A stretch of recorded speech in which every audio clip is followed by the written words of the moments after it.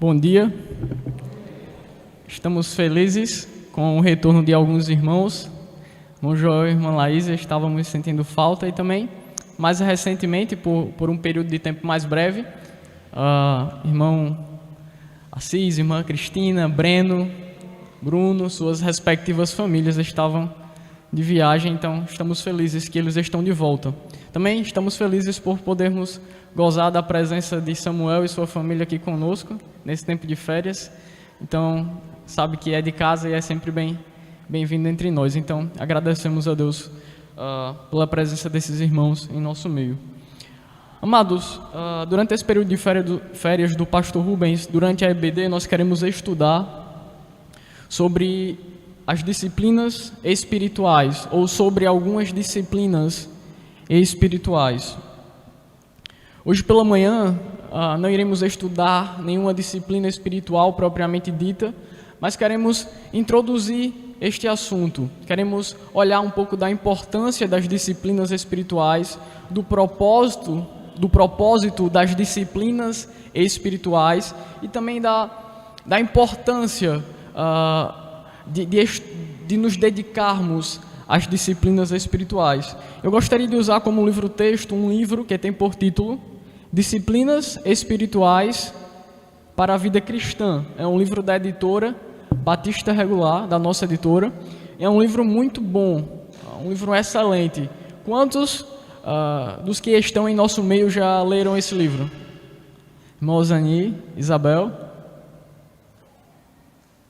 irmã Lígia, irmã Cristina, Edilene começou. Então, irmãos, irmã Laís já leu? Então, eu recomendo os irmãos a comprar. Vai lá no site da editora ou pergunta ao pastor Rubens. Pastor Rubens é do conselho. Talvez em breve terá algum pedido. Irmãos, é um livro excelente. Se você quer começar uma jornada de crescimento espiritual, uma jornada de piedade, de crescer em santidade, esse pode ser um instrumento que Deus pode usar para ajudá-lo. Mas então, vamos começar o nosso estudo acerca desse tema. E, amados, eu gostaria de começar o nosso tempo aqui de estudo com uma pergunta. Qual é o alvo de Deus para as nossas vidas?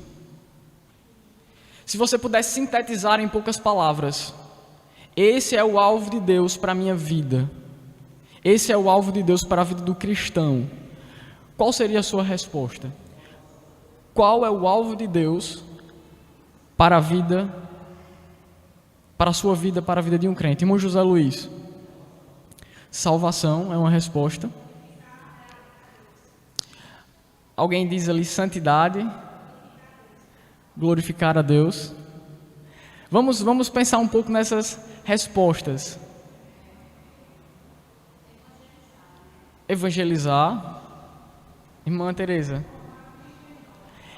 Formar Cristo em nós. Então nós temos aqui boas respostas e nós queremos então trabalhá-las. Irmão José Luiz ou qualquer irmão pode responder: o que seria salvação? Redenção. O que mais? Quero levar os irmãos a pensarem, porque salvação é um termo muito genérico, que nós usamos em referência a várias bênçãos, que nós chamamos de bênçãos da salvação. E existem aspectos da salvação. Por exemplo, existem aspectos passados, redenção, justificação, propiciação. Existem aspectos da salvação que são eternos, como eleição, predestinação. Existem aspectos presentes, que é a santificação, e existem aspectos, ou um aspecto futuro da salvação, que é a glorificação. Então, eu poderia dizer que o alvo de Deus para a minha vida é a salvação, sim, mas eu preciso definir o que é salvação.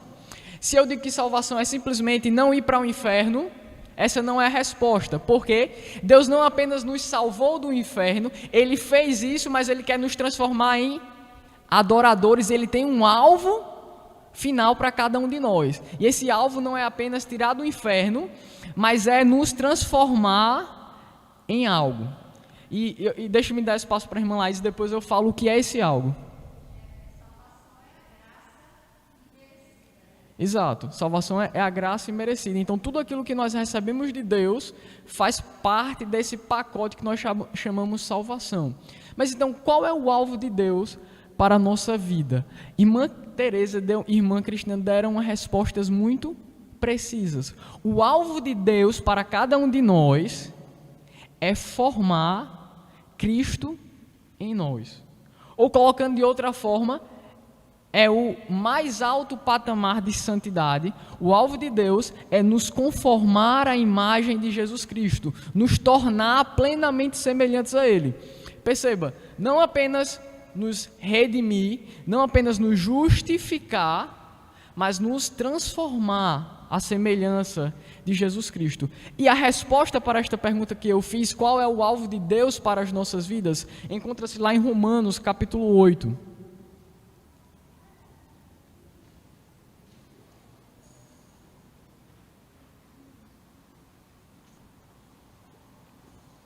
Texto muito conhecido, Romanos, capítulo 8. Eu gostaria de pedir a algum irmão que pudesse ler os versículos, o versículo 29. Algum irmão pudesse ler em voz alta o versículo 29. E aqui nós temos a resposta de qual é o alvo de Deus para as nossas vidas.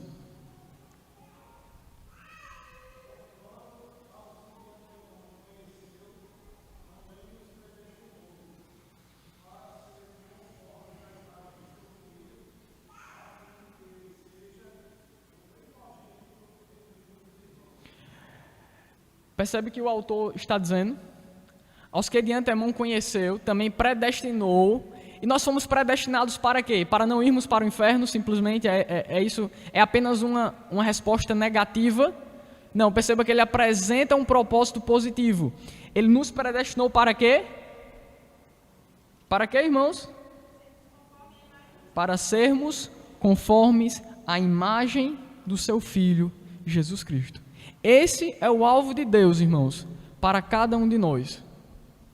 Esse é o alvo de Deus para cada cristão. É pegar-nos, livrarmos da condenação do inferno, da condenação eterna, mas não somente isso, nos fazer semelhantes ao Senhor Jesus Cristo, ou como a irmã Teresa colocou, formar o Senhor Jesus Cristo em nós. Meus irmãos, o plano eterno de Deus, que Ele começou na eternidade passada, garante, meus irmãos, que ao final todo cristão será transformado à semelhança de Jesus Cristo. Amém?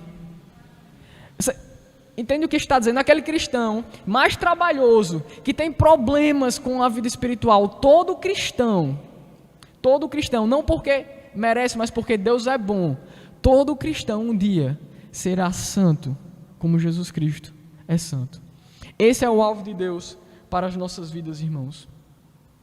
Um dia isso vai ser uma realidade para cada um de nós. Entretanto, meus irmãos, aquilo para o que Deus nos predestinou, que foi isso, a conformidade com Jesus Cristo, aquilo para o que Deus nos predestinou, é exatamente aquilo que Ele nos ordena a buscar.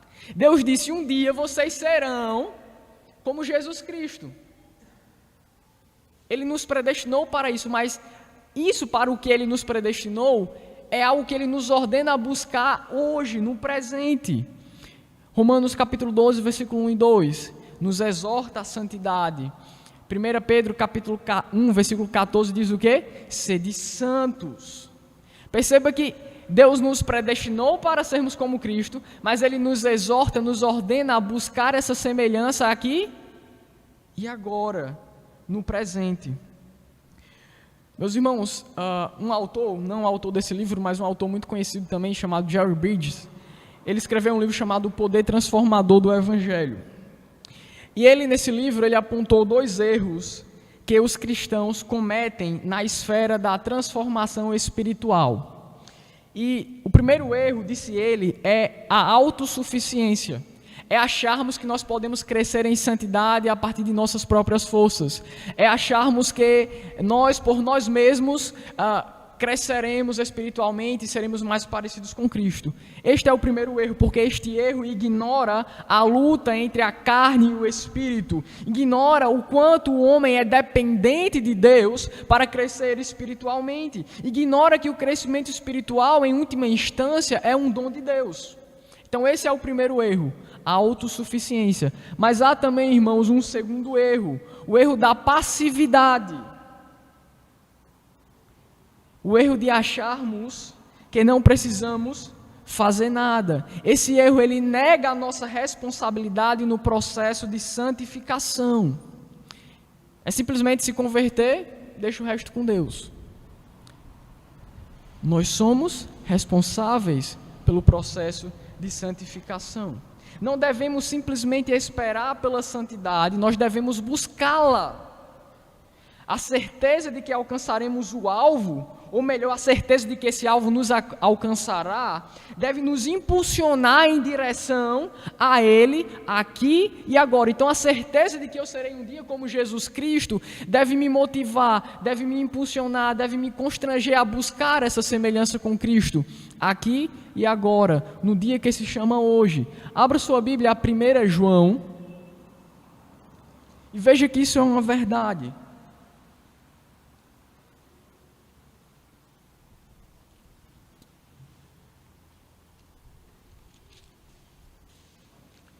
Primeira João,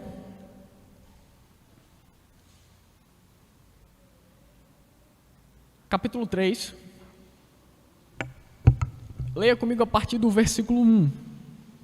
1 João, capítulo 3, a partir do versículo 1.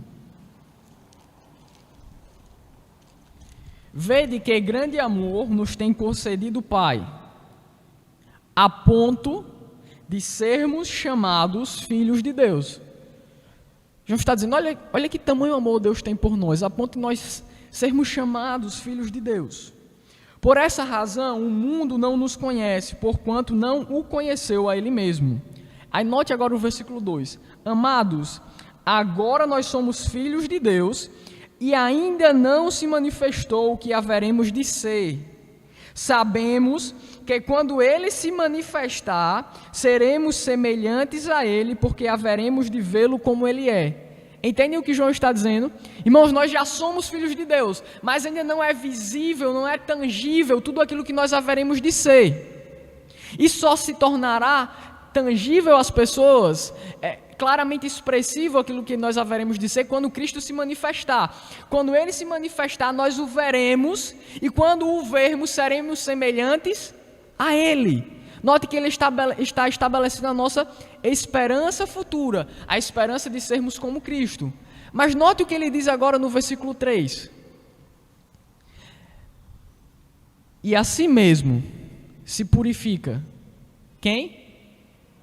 Todo aquele que nele tem esta esperança, assim como Ele é puro. Percebem a relação aqui? No versículo 2 ele diz, olha, um dia nós seremos como Cristo, seremos semelhantes a Ele. Nós já somos filhos de Deus, mas ainda não fomos completamente transformados à imagem de Cristo. Cristo ainda não foi plenamente formado em nós. Um dia seremos.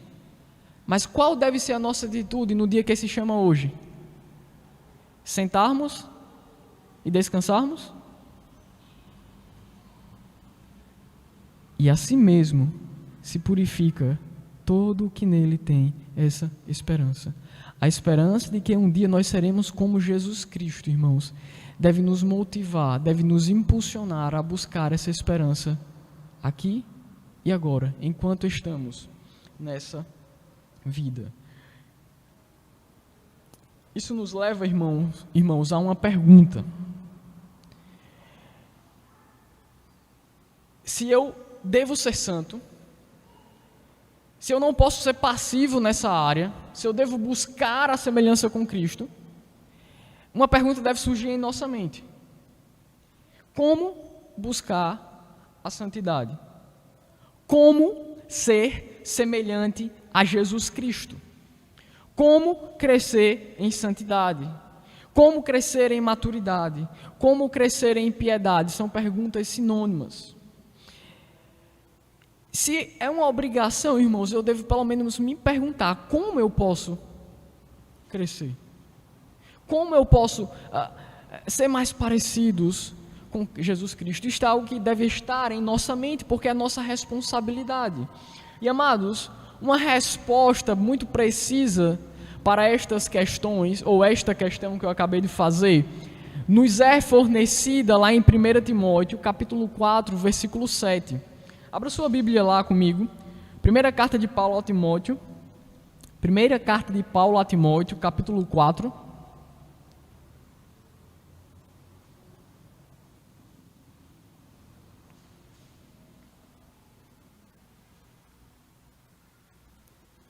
Paulo está trazendo algumas instruções a Timóteo, ok? Como ele deveria se portar como mensageiro da palavra de Deus. E ele diz, olha, você precisa rejeitar certas coisas. E no final do versículo 7 ele diz, exercita-te. Todos encontraram? Final do versículo 7 do capítulo 4 ele diz a Timóteo, exercita-te pessoalmente na piedade. Exercita-te pessoalmente na piedade. Ou ele está dizendo, exercita-te com o propósito de alcançar a piedade, com o propósito de ser piedoso.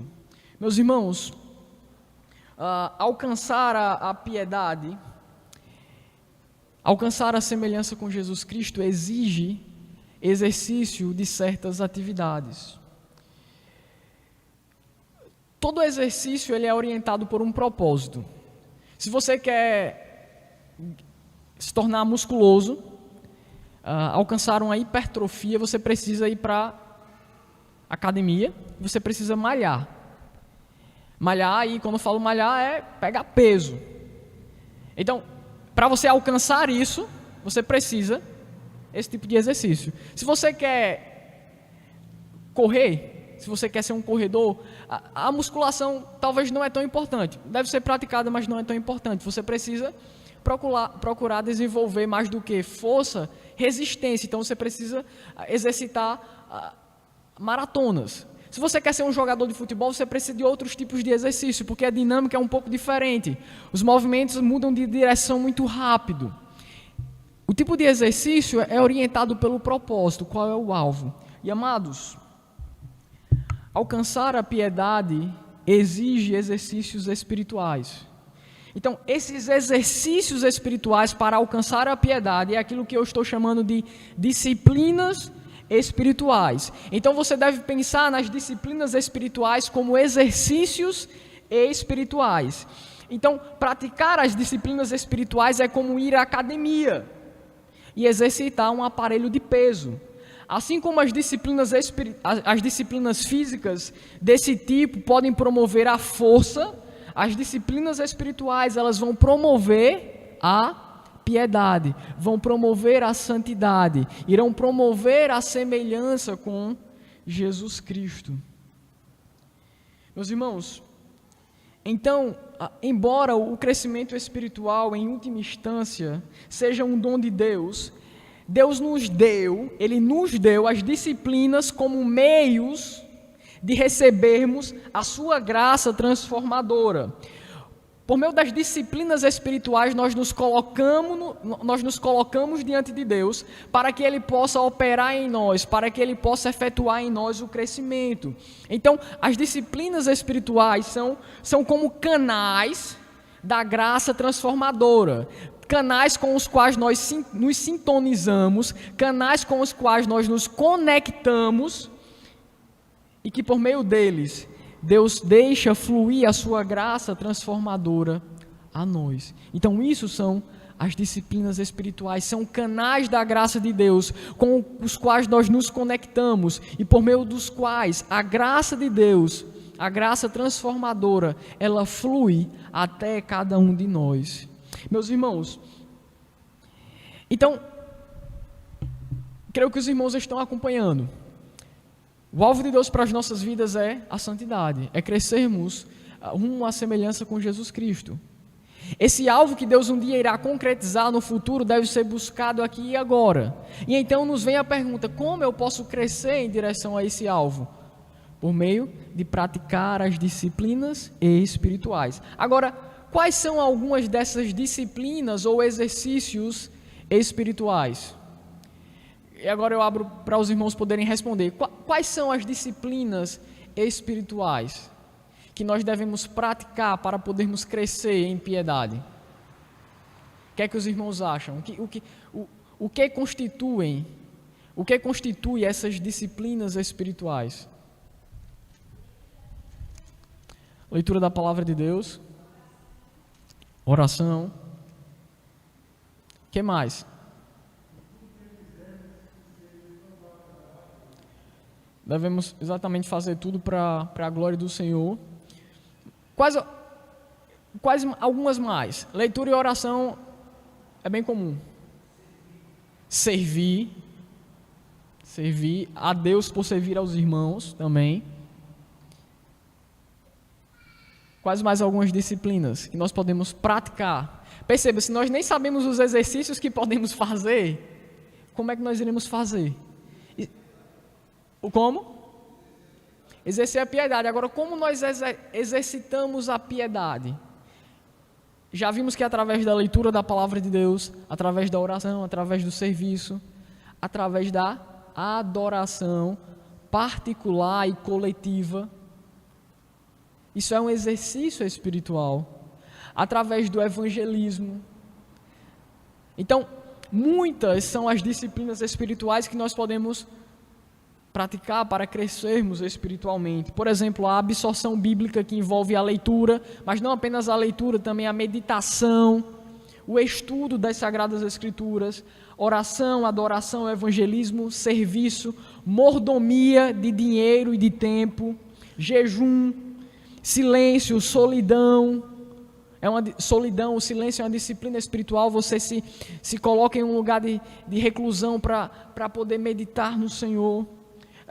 Ter um diário de anotações no qual você avalia a sua vida espiritual também é uma disciplina espiritual. Então, muitas são as disciplinas espirituais. Nós não seremos exaustivos aqui. Durante os nossos próximos estudos, queremos estudar pelo menos 4 dessas disciplinas. Mas, irmãos, agora nesse ponto eu gostaria de, diante do que nós estudamos, trazer algumas considerações ou talvez algumas aplicações sobre as disciplinas espirituais. A primeira observação que eu quero fazer é que as disciplinas espirituais não são uma opção. As disciplinas espirituais não são opcionais. Preste atenção, se a santidade não é opcional, os meios para alcançar a santidade não podem ser opcionais. É lógico. Se eu devo ser santo, se é um mandamento, o meio para alcançar a santidade não pode ser algo opcional. Se o propósito não é opcional, os meios que eu vou utilizar para alcançar esse propósito também me são obrigatórios. Se você não pratica as disciplinas espirituais, uma palavra resume a sua atitude: pecado. Você está pecando, porque desobedecer a Deus é pecado. Se você não está perseguindo a santidade, se você não está buscando a santidade através das disciplinas espirituais, você está pecando contra o Senhor. Você está com sua comunhão rompida com o Senhor. E provavelmente a adoração que você está oferecendo não está sendo aceitável a Deus. Está sendo em vão. Está sendo inútil. Deus não se agrada. Irmãos, a causa da nossa falência espiritual, de nossa falta de santidade, irmãos, é o sedentarismo espiritual. É por isso, irmãos, que nós somos tão fracos espiritualmente. É o nosso sedentarismo espiritual. Nós não nos exercitamos na piedade. Meus irmãos, o autor mostra que povo piedoso é povo disciplinado.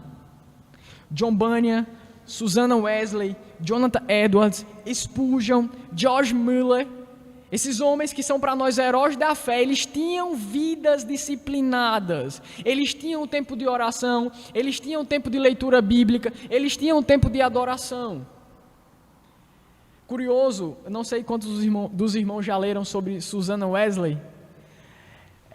Ela tinha muitos filhos, o seu marido estava constantemente pregando em outros lugares, e era uma loucura assim a vida dela, mas ela tinha um tempo entre ela e Deus, não é, Lígia, que ela colocava, até você escreveu sobre ela na sua monografia, ela sentava, se colocava um pano sobre a cabeça, e naquele momento ela tinha um tempo de oração e leitura, e nenhum dos filhos tinha um direito de interromper aquele momento. Perceba que diante de uma vida tão corrida, ela se disciplinava para ter um tempo com o Senhor, para exercer as disciplinas espirituais, e era por isso que ela era uma pessoa piedosa. Então, irmãos, povo piedoso é povo disciplinado. Assim como não existe rendimento, assim como não existe performance sem exercício físico, não existe piedade no sedentarismo espiritual. Não existe, irmãos, crescimento onde não há exercício na piedade. Não existe um tipo de anabolizante espiritual que você pode tomar e se ver desobrigado de praticar as disciplinas espirituais. Então, irmãos, as disciplinas espirituais não são opcionais. São obrigações que devemos assumir como meios pelos quais nós iremos alcançar a santidade. Uma outra coisa que eu gostaria de observar com os irmãos é que negligenciar as disciplinas espirituais é prejudicial e perigoso. Negligenciar as disciplinas espirituais é prejudicial e é perigoso. Meus irmãos, o sedentarismo espiritual pode causar atrofia espiritual. Alguém que por muitos anos vive de maneira sedentária, ele pode atrofiar os seus músculos. Assim também aquele que não se exercita na piedade, irmãos, pode atrofiar na vida espiritual. Meus irmãos, é triste olhar e ver pessoas que já pularam do nível de sedentarismo para o nível de atrofiamento. É uma realidade dura, crentes que são inúteis. Tem valor para Deus, mas em termos de contribuição para a obra do Senhor são inúteis. Inúteis. Porque eles não têm mais capacidade de servir, porque eles estão atrofiados espiritualmente. Meus irmãos, se nós privarmos a nós mesmos dos meios pelos quais Deus nos deu para buscarmos o crescimento espiritual, nós seremos infrutíferos e seremos medíocres em nossa vida cristã. Irmãos, abra sua Bíblia ao livro de Hebreus.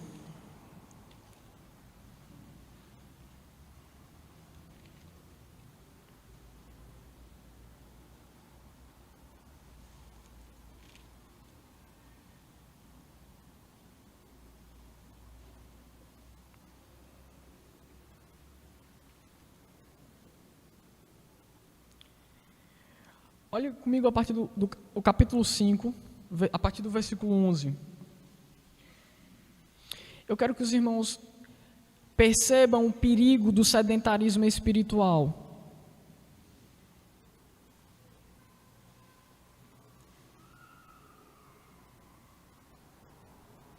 No capítulo 5, antes do versículo 11, o autor vem falando sobre algumas coisas. Se você vê a última palavra aí do versículo 10, Melquisedeque, então ele diz que Cristo é um sumo sacerdote da ordem de Melquisedeque, algo interessantíssimo, mas ele diz no versículo 11, a respeito das coisas que eu estava falando, temos muitas coisas que dizer e difíceis de explicar, porquanto vos tendes tornados tardios em ouvir.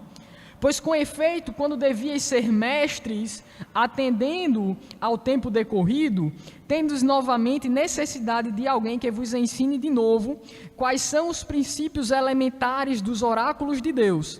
Assim vos tornastes como necessitados de leite e não de alimento sólido.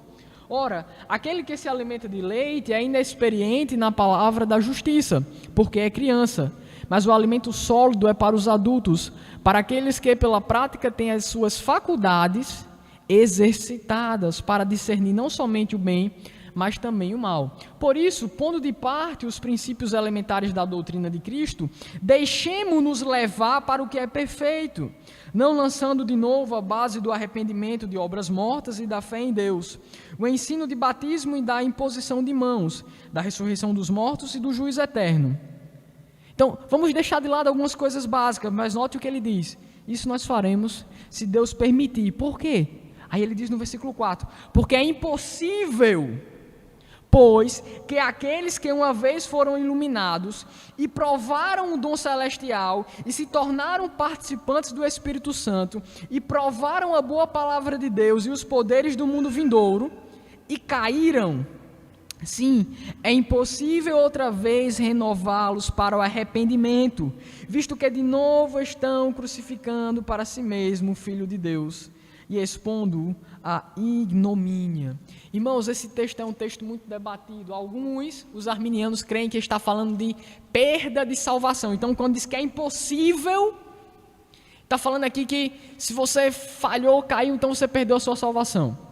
Obviamente, as Escrituras ensinam claramente a certeza e a segurança de salvação. Então, não é isso. Outros, normalmente, os reformados, eles tendem a ensinar que aqui está apontando para indivíduos que nunca foram salvos. Então, eles falharam porque, na verdade, eles nunca tiveram um compromisso real com o Senhor. Mas, diante do que o texto diz, eu não creio que esse é o significado. Porque note o que ele diz. É impossível, pois aqueles que uma vez foram iluminados, provaram o dom celestial e se tornaram participantes do Espírito. Alguém que nunca foi salvo, nunca foi iluminado, nunca provou do Espírito Santo. Então, não creio que esse é o significado. E um professor do mestrado, ele me chamou a atenção para um sentido possível. Está falando aqui não de perda de salvação, não de indivíduos que não foram salvos, mas de indivíduos crentes, que adentram a um estado irremediável de imaturidade espiritual. Irmãos, quando eu descobri que esse era um significado possível, eu fiquei com medo. Porque eu já sabia que não existia perda de salvação. E se alguém não era salvo, então, de fato, ele nunca experimentou. Mas o que o autor pode estar dizendo aqui, irmãos, é que crentes que não se exercitam, não procuram crescer em maturidade, Deus pode castigá-los com uma atrofia espiritual irremediável que só será revertida quando Cristo voltar. Irmãos, isso me deixou temeroso. Porque eu sei que irmãos em nossa igreja podem já ter adentrado a um nível de atrofia espiritual irremediável. Que não importa o quanto ouçam a palavra de Deus, a palavra de Deus não tem efeito sobre suas vidas. E isso é difícil, irmãos. Imagine, sonde sua vida, será que você já chegou a um nível irremediável, que não tem mais solução, que é impossível você recobrar um ânimo espiritual e crescer espiritualmente em maturidade?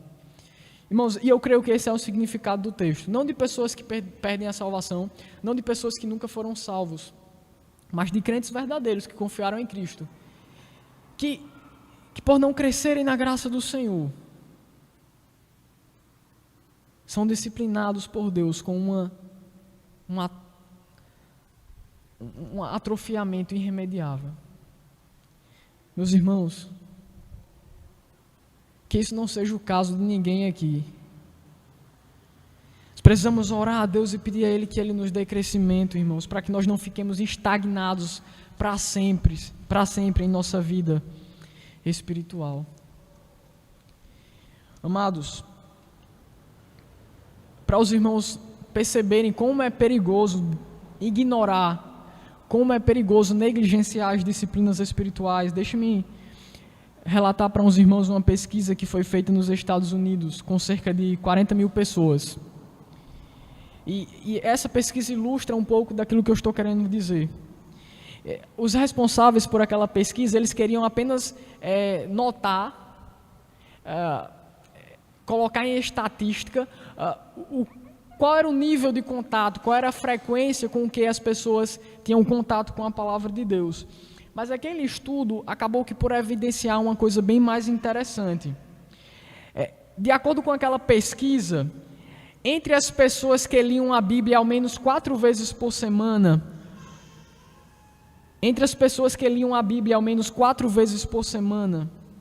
o sentimento de solidão em comparação aos outros era 30% menor.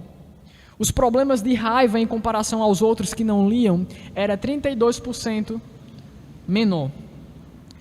A amargura em relacionamentos, 40% menor. Alcoolismo, entre os crentes que liam a Bíblia, e tem crentes que têm problema com alcoolismo, né? Não devemos negligenciar isso. Então, entre aqueles que liam a Bíblia 4 vezes por semana, ao menos 4 vezes, o número de pessoas envolvidas com alcoolismo era 57% menor do que entre aqueles que não liam a Bíblia.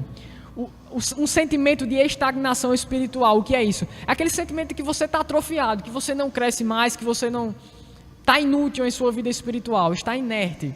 Esse sentimento de estagnação era 60% menor entre aqueles que liam a Bíblia 4 vezes por semana. Problemas com pornografia era 61% menor entre aqueles que liam a Bíblia.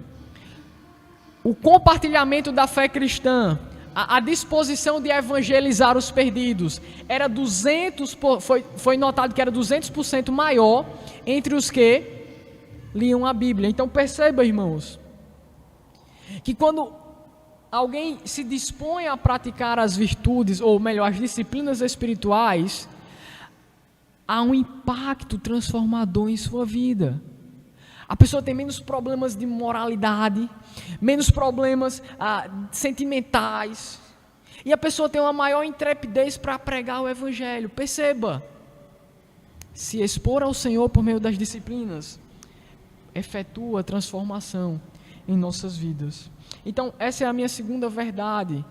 As disciplinas espirituais, quando negligenciadas, trará danos, trará prejuízos à nossa vida. E a terceira verdade que eu gostaria de trazer para os irmãos é que as disciplinas espirituais são o caminho para a liberdade espiritual. As disciplinas espirituais são o caminho para a liberdade espiritual. Muitas vezes, irmãos, nós encaramos a disciplina como restritiva e impositiva. É por isso que ninguém gosta do regime militar, porque as pessoas encaram como algo restritivo e impositivo. Mas, na verdade, o caminho para a liberdade é alcançado por meio da disciplina. Em contrapartida, a indisciplina é que é escravizadora. Deixe-me dar exemplos. Alguém que não tem disciplina para deixar o celular de lado, fechar o WhatsApp e cumprir suas tarefas. Será que essa pessoa tem liberdade para cumprir sua responsabilidade? Ele é um escravo daquela mídia social. Um estudante que não tem a disciplina de sentar e de estudar, ele não terá a liberdade de passar na prova. Ele não terá a liberdade para resolver as questões. É interessante que normalmente os alunos no seminário têm muita dificuldade com grego. Rapaz, eu tinha muito colega meu que dizia assim: consigo nunca não, consigo aprender não. Eu tento, mas não sai não. Aí eu dizia: tá estudando quantas horas por dia o grego? Ele disse: não, não estou estudando não. Como é que você vai aprender uma coisa que você não treina? Né? Como é que você vai passar num concurso, numa prova?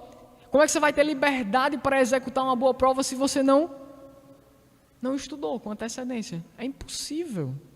Meus irmãos, é interessante, um músico bem treinado, ele é capaz de pegar uma partitura que nunca viu, uma música que nunca ouviu, e se ele tiver a partitura, ele coloca diante do piano e ele começa a tocar, e parece que com a maior facilidade, parece que não há qualquer dificuldade. E aí nós pensamos: rapaz, olha aqui como ele faz isso com facilidade, mas nós nos esquecemos que por trás dessa habilidade de tocar, algo que nunca conheceu, está horas e horas de prática disciplinada. Como é que a Lana vai ter liberdade para tratar um dente de uma pessoa se ela nunca treinou? Perceba que a liberdade para executar bem uma tarefa exige o quê? Disciplina. É interessante, recentemente eu voltei a jogar futebol. Eu estava meio sedentário fisicamente também, então eu decidi, não, vou voltar a jogar futebol. Eu voltei a jogar. Aí o pessoal chamou, os rapazes lá chamaram para jogar um campeonato. Um campeonato que tem de society aqui em Natal. Irmãos, eu estou indo, mas eu não tenho liberdade para marcar. Eu não tenho liberdade para me movimentar. Eu não tenho liberdade para jogar o tempo todo porque eu estou limitado pela minha indisciplina. Eu vinha de um sedentarismo, então eu não posso ter a liberdade para jogar sequer aquilo que eu sei. Por quê? Porque o meu corpo não responde.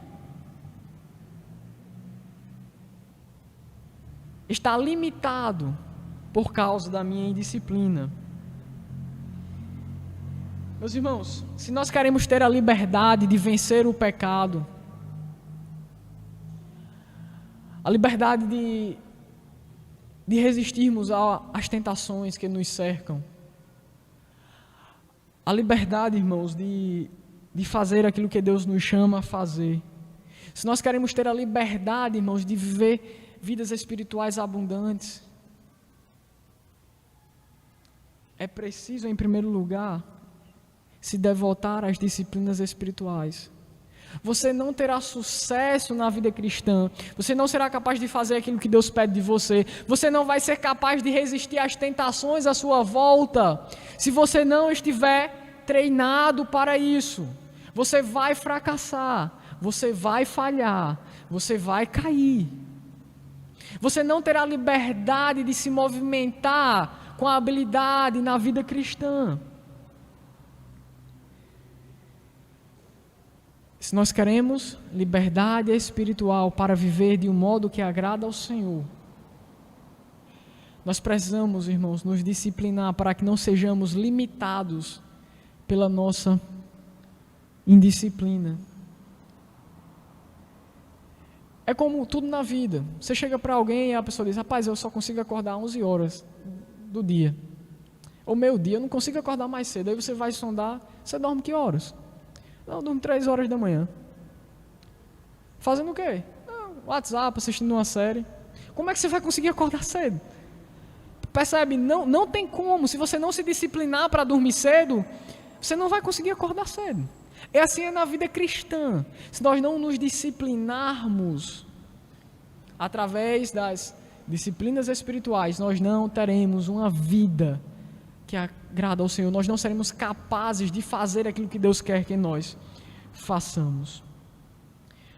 Meus irmãos, com esse estudo e os próximos, eu quero convidar os irmãos a trilharem a bendita jornada do crescimento espiritual, a se engajarem na caminhada rumo à semelhança com Jesus Cristo. Isso os irmãos irão fazer por meio de exercitarem-se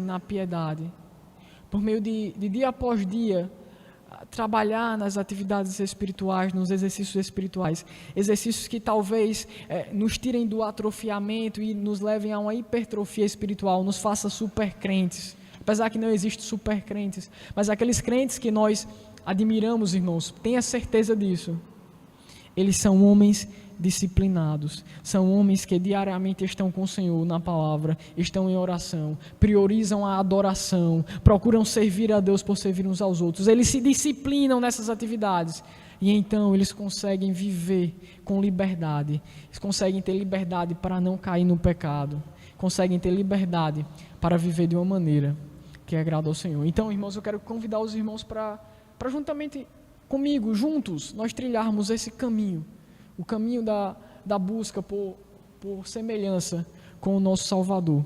Lembrem-se, todo aquele que nele tem essa esperança se purifica, assim como ele é puro. Oremos. Santo Deus e Pai, nós agradecemos ao Senhor porque o Senhor nos salvou.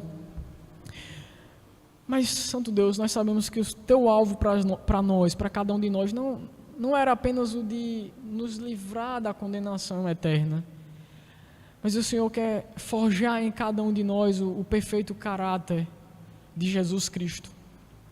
Então nós clamamos ao Senhor que nós possamos fazer bons usos das disciplinas que o Senhor nos deu, canais com os quais nós podemos nos conectar para recebermos a Tua graça transformadora. Pedimos, ó Deus, que esta igreja seja composta de crentes disciplinados, que nós sejamos, ó Deus, um povo disciplinado, um povo que diariamente procura ter contato com o Senhor através da leitura da palavra de Deus, através da oração, que procura, ó Deus, se exercitar em disciplinas como adoração, como serviço, como evangelismo. Sabemos, ó Deus, que se nós, na dependência do Senhor, assim o fizermos, nós teremos liberdade para resistirmos ao pecado, e liberdade, ó Deus, para vivermos uma vida que agrada ao Senhor. Pedimos que o Senhor nos nutra, ó Deus, com uma força, uma energia, uma capacidade que vem somente do Teu Espírito Santo. É isto que oramos em nome de Jesus Cristo. Amém. Irmã Liane já chegou?